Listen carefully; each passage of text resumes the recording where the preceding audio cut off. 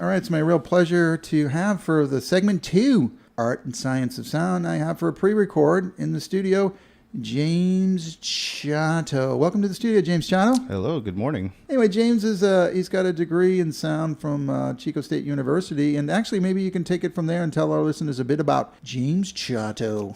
Yeah, I'm originally from Sacramento. I studied, well, first I didn't even think about doing music recording till like a little way later. I didn't know what I wanted. When I first went to the local community college in Sacramento, it was either like graphic design or somewhere along like media arts. I knew I wanted to be in that field, but I never thought like music would be a part of it. So not right away like music production recording, but I explored all the arts areas, like taking music theory, studying theater. I just kind of fell into the performance side, and then I saw like a lot of people stage production, like how they work behind the scenes, and I'm a big fan of watching movies or shows with like behind the scene clips or documentaries and stuff like that. So I thought I wanted to be part of that process, part of the creative process, and help facilitate their needs to create this sound or this film or anything. So, and it's fun, and I fell into editing, and I enjoyed, manipulating, some clips and audio, and so much you can do with it. And yeah, it's been pretty fun. Yeah, that's pretty fun too, because you say you like the behind the scenes. So here you are on the radio, behind the scenes, talking about behind the scenes, doing sound. I love that. Yeah, I love it. It's awesome. What came first in your recording, your recording experience, recording yourself or recording others, and when did that happen, man? I think it was recording myself, but not. Yeah, it was recording myself and my friend, my best friend at the time. No, still is actually. We so we had like a couple like these. What was it? I can't remember the anime now, but we had this clip, and then we were a big fan of the improv show. Whose Line Is It Anyway? Oh yeah. And there's this game they do called foreign film dub. So they take the clip and what you do is you dub your voice over it to like the clip, whatever scene it is, and then just improv it. So we recorded and make our own voices and manipulate the sound, whether it's high pitch, low pitch, and then record drastic dialogue. And very early on it was terrible, just like bad gain structure, and everything's like clipping and break limiters or wave files like just all over the place. But it was just fun, like listening to our voice in like I guess you could say like a third person context or something, or like just like seeing what you made out of nowhere, like in thin air. It's probably on YouTube right now with a lot of really terrible reviews. So that's how you start, with one YouTube clip. Terrible. It's actually when I was putting these prompt questions together, I was thinking, well, what would I answer to that question? And I literally started a DJ business in '88. Hey. And I ended up having a whole bunch of gear, and I had a whole bunch of sound effects, and I had back then it was all phono plugs. You didn't have any of these fancy. It was all the red and white phono plugs.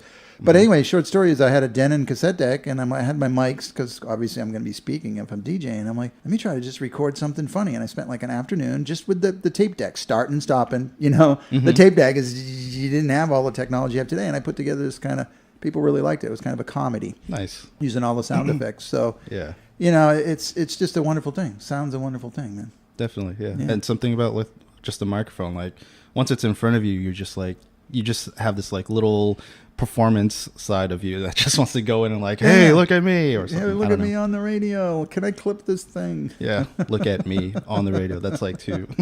Why don't we talk a little bit about production sound versus studio sound? So forward promo on my next interview is going to be with Josh Garcia and Dale Price, who do mostly studio sound, so maybe explain, the difference between them and some insights on production sound and studio sound. Production sound, it's kind of on the spot, whereas a studio, it's a more controlled environment, and everything's all, laid out for you, and pretty acoustically EQ'd room or whatever. And like engineers already attuned to that room, and it's easy to have everything available for you. And there's takes you can take over, and there's a bit of a freedom in a studio environment. Production, it's everything has to be done sort of like within a certain time constraint.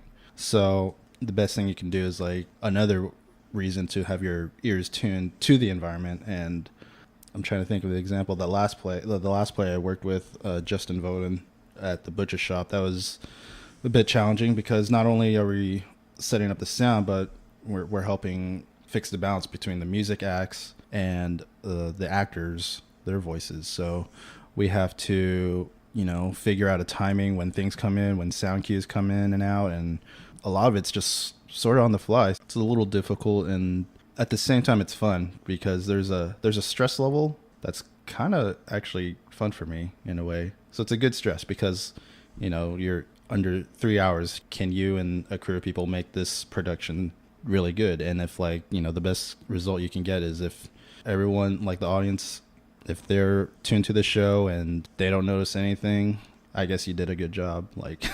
And certainly there's no multiple takes. It's one shot, one go. One shot, dude. Yeah, it's all live. It's live for sure. It's all live. I know you've done, I would call production sound. It almost blends a little to studio. You kind of show up for ER sessions, come up with a setup for your sound. You kind of test it a little bit. Then you can take multiple takes, but that's somewhat rare. You know?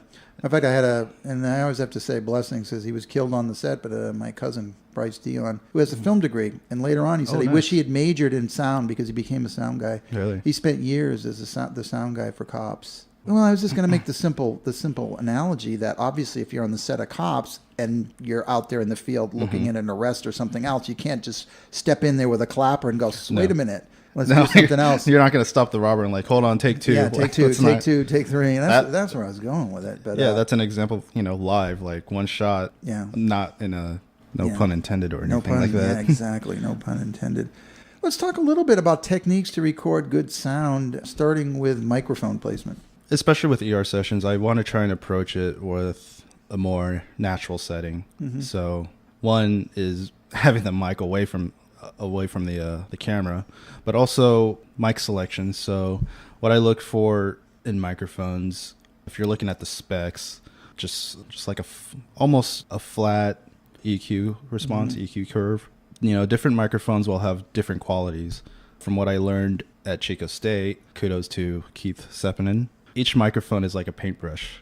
So, there's different techniques. Mm-hmm. Yeah, different characteristics that will give you different results. Just like the 58 here, it's dynamic, but there's probably, I don't have headphones right now, but it's probably got more of a mid-range bump. And so you have more of not really a growl, but more mid-range bump where it's kind of, I wish I could explain it if I had headphones.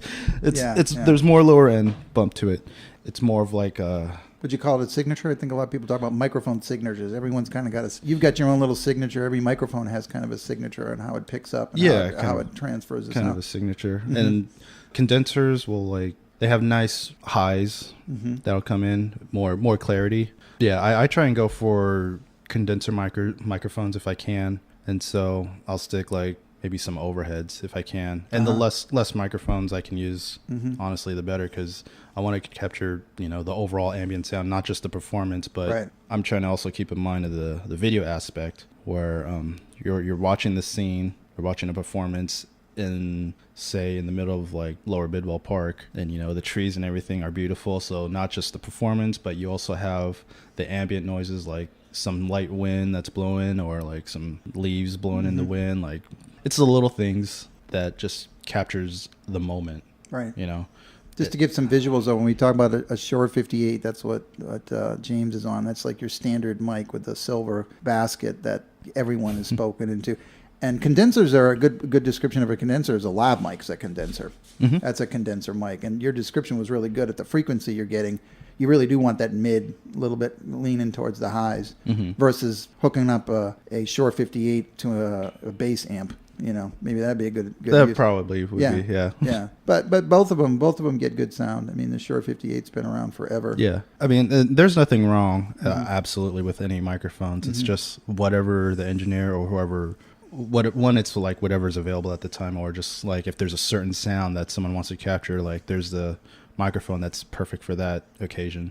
So a lot of the interviews I do, I have two different mics, stereo and mono. The mono one really is unidirectional. It's just like a cardioid, just you can't hear anything else in the room. Right. And then the other one is to record live music to my Tascam, but it's the same thing. It's unidirectional, but it's got a much wider pattern because you want to be picking up a stereo. So the cardioid patterns you have to look at. If you ever see it, it'll kind of tell you how much of the sound is in the sweet spot that's being recorded. Right. And I shoot a lot with shotgun mics.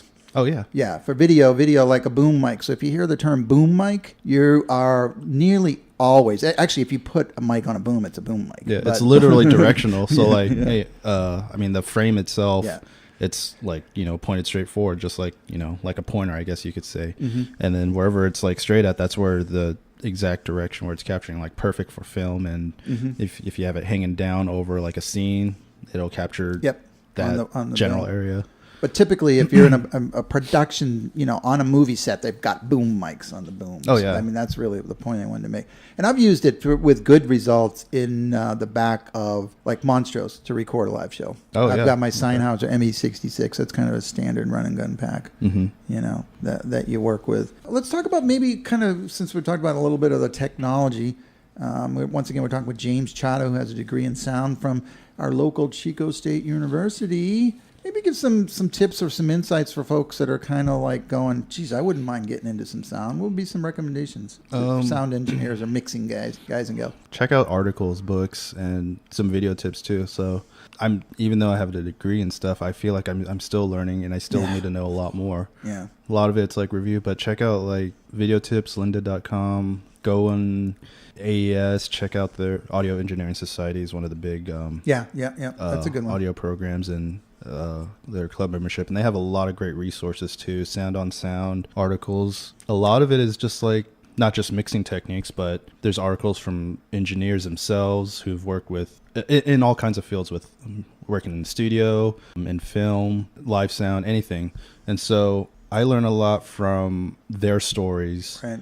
Techniques are one thing, but stories, it's like it's applications to a certain environment. So it's an example of like how they approach it, what they do. And it's cool to learn that because when you adapt to the environment, you're learning with what limited sources you have. And so, you have to make the best of what you've got in your toolkit, your audio kit. So I like reading those, and, you'll come through some obscure situations where, maybe I should have grabbed this microphone, but I don't have this, so I have to use this. So it all comes to a matter of like placement, where to mic it, and all these kind of things, and frequencies, and how to manipulate it and make it sound better, but like to the best of your hearing capabilities. I learned a lot at Chico State and at Butte College as well. Right. I started the True Audio course there, and it's a great introduction to at least get to know the different parameters, preamps, everything from like music to like the field recordings and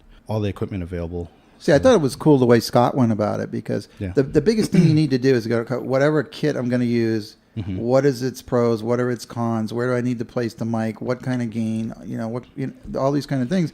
But he literally did that. He kind of had his little Tascam 8-track recorder, and he didn't have anything but those studio mics. Yeah. And they came out great, because that's the other thing I've been amazed with. Some of the internal mics. Actually, I've been telling the story of how I just took that I call it silly, but I was just taking that little bit of video to forward promote the XDS on my... Oh, right. Right on my... It was on my SL2 camera, and it sounded great with DSLR. Kind of beats this whole stereotype of never take audio with your DSLR. I'm actually getting good results with the onboard mics for the camera. Yeah, and stuff like that. It's like, who's gonna know exactly what you're using? As long as if it sounds good, if it sounds like great quality, it might as well use it. Roll with it. There'll be a difference between using a $12,000 microphone versus a $200 microphone. I mean, the $12,000 mic I've used is great sounding, but only for certain applications. Versus a $200 mic, which I could still probably get a pretty comparable result with that one. So, like I mentioned earlier, thanks to Keith, different microphones are like different paintbrushes. That's a good way to look at it. Oh, paintbrush. Sure. I like that. I can actually physically see it. So the kits I'm putting together, I'm going to have a dynamic mic, I'm going to have a cardioid mic, and I got a shotgun mic, and then I've got like a spare. Yeah. So I got something, right? In all different three kind of definitely be prepared designs for any audio occasion, recording occasions. All right, James John, this has been a lot of fun having you on for this. Yeah, thank you for having me. And any closing comments? Maybe there's something I missed for folks that are listening to this program here on the Chico Vibe. You know, if you're interested in audio or music, definitely like take an internship, check it out. Audio guys such as myself and others around are more than willing to like help out and show you the ropes. You know, we love to talk about, you know, what we do. We'll get some credit. Not to say like I don't get enough, or I do, I don't know, but I just love talking about it and like, you know, showing people what I can do on this side, because not a lot of people really, you know, they watch the production and they're like, oh cool, the actors are great, but there's a lot that goes on behind the scenes, such as lighting, the sound design, set design, and everything. So there's a lot of work at play besides watching like a 2-hour show, you know, just, you know, hours of construction and design that happens. So, you know, if anyone's interested in exploring that field, definitely talk to someone within the field. You know, we'll be happy to show you the ropes and listen. Like the best tool to have besides microphones and, you know, the right interfaces or anything is really your ears, because in the end those are the only ones that are that you have in your toolkit. So it's based on your judgment, and if it sounds great to you, then, you know, you can only just go with those. Short little story. I did a film in Auburn State Rec area about 10 years ago, and I gave it to someone that's in the film industry. She does docs. Oh, okay. And she's watched it and she sent it back to me, and I still remember that she said it was great sound. And I was like, awesome. You know, it really meant a lot to me.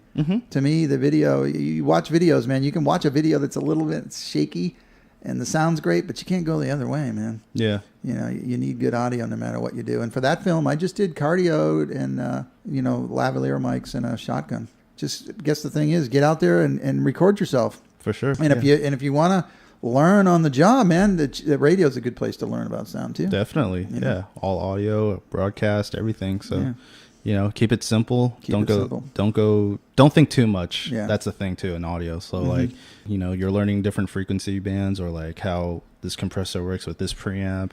I mean, different, you know, hardware and stuff will have its own characteristics, but when you get to the core of it, like really dig deep, like, is it really needed? You know, do I have too much compression? Is this going to add some more? Like, will this change my sound or my music or whatever? So just try and, you know, keep it balanced, keep it simple. Get a good set of headphones too. Even if you buy them used, you need some over the ears, man. Oh yeah, definitely. Yeah.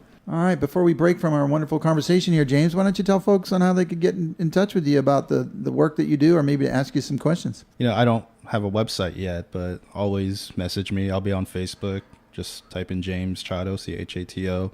Also Instagram. I'm on that one a lot. Yeah, just type my name. You'll see it pop up.